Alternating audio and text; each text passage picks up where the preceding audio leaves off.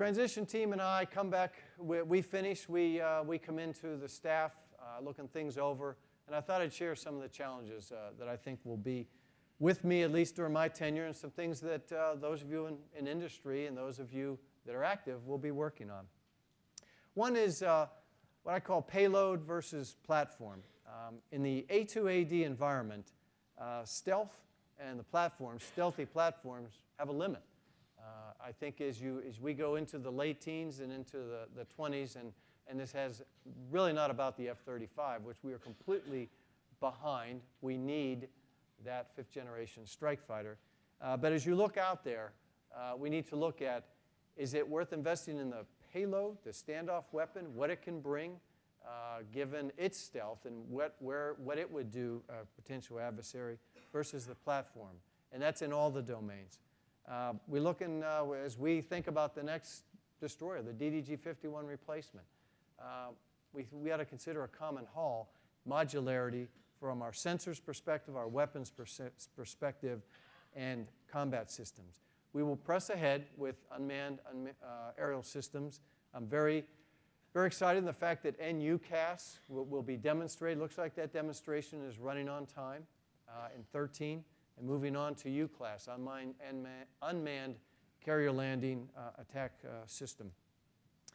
Cyberspace. I've been out to see Cybercom a few times. If you haven't been there, you need to go out there and see our fleet Cybercom people. You'll get a good picture of a maritime ops center in a fleet that is about networks and how they are laying down across our networks what you might see if you went to 6th Fleet, 7th Fleet, 5th Fleet, where we look at ships and aircraft and units. They're laying down the common operational picture. What does a normal series of networks look like, and when are we being potentially intruded upon, attacked, and how do we deal with that? They are talking in warfare terms. They have the kind of ConOps that we're getting used to. We are moving ahead in that direction. They're doing a magnificent job with Keith Alexander. He's very complimentary.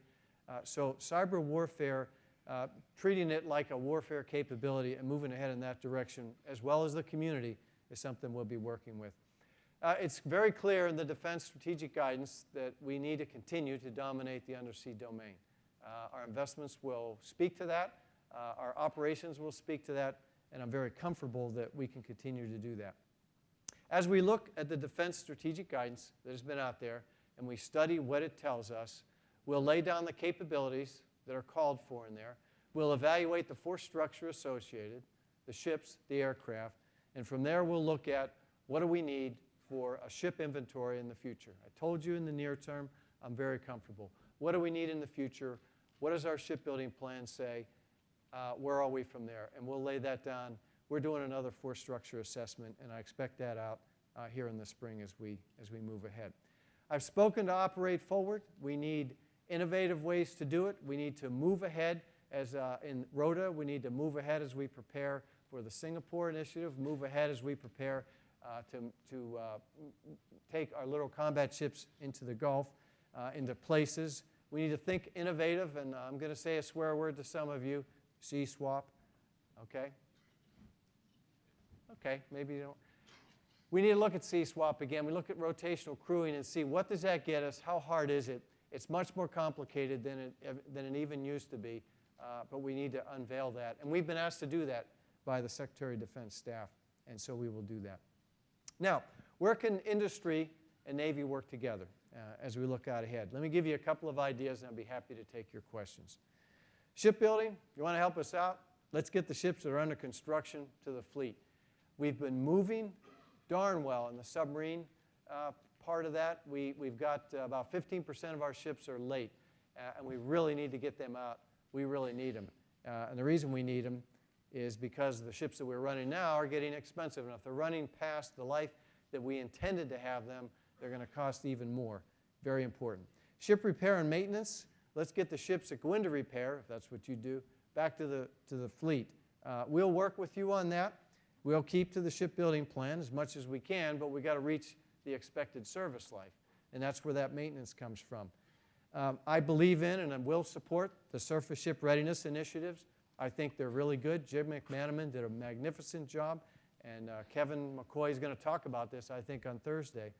But the fact is, in FY 10 and 11 combined, we've put $2 billion into ship maintenance after the program's gone out. So each year, about a $6 billion budget. That's $1 billion a year. Most of that, a lot of that went into surface ship maintenance. So we should be getting some results pretty soon. I look forward to it. Very interested in getting in speed to fleet. Now, this is something that Admiral Roughhead initiated and was pushing. I thought it's a great idea. It made sense, and we've made some headway in this. We've made some headway with Fire Scout. We've made some headway bringing the Freedom out and getting her out into Southcom and other areas. We've made headway in other areas, but we've got to continue pushing. An anti-torpedo torpedo is needed. We need to push that. Unmanned underwater vehicles, especially autonomous, that can go out and search an area out for both mine warfare and as an ASW sensor, very much needed. Electronic attack, electronic warfare. In many areas, in some areas, the probability of kill is 0. And so if it's only 15%, that's pretty good when you look at 0. So we need to look for opportunities to take engineering design modules out there, for example, and go ahead and get those tested. I will support that. And lastly, the industrial base.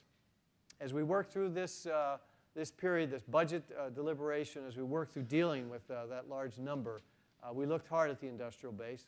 I'm comfortable with the situation that we have, but we need to look at this carefully. A lot of people say, well, that's shipbuilding. It is shipbuilding, but it's also weapons and it's also sensors. Understand some of the key areas like nuclear components, that many, high percentage of our nuclear components are sole source, and they need a volume to keep them going. And if we lose some of those, we lose something that would be very, very difficult to reconstitute. So I think we're on a good course initially. I'm satisfied. The defense strategic guidance is out, and I think you'll see, if you haven't already, when you see our budget compared to that, the value of the Navy is well recognized in the department. Thank you very much for listening. I'm happy to take your questions. Thanks again.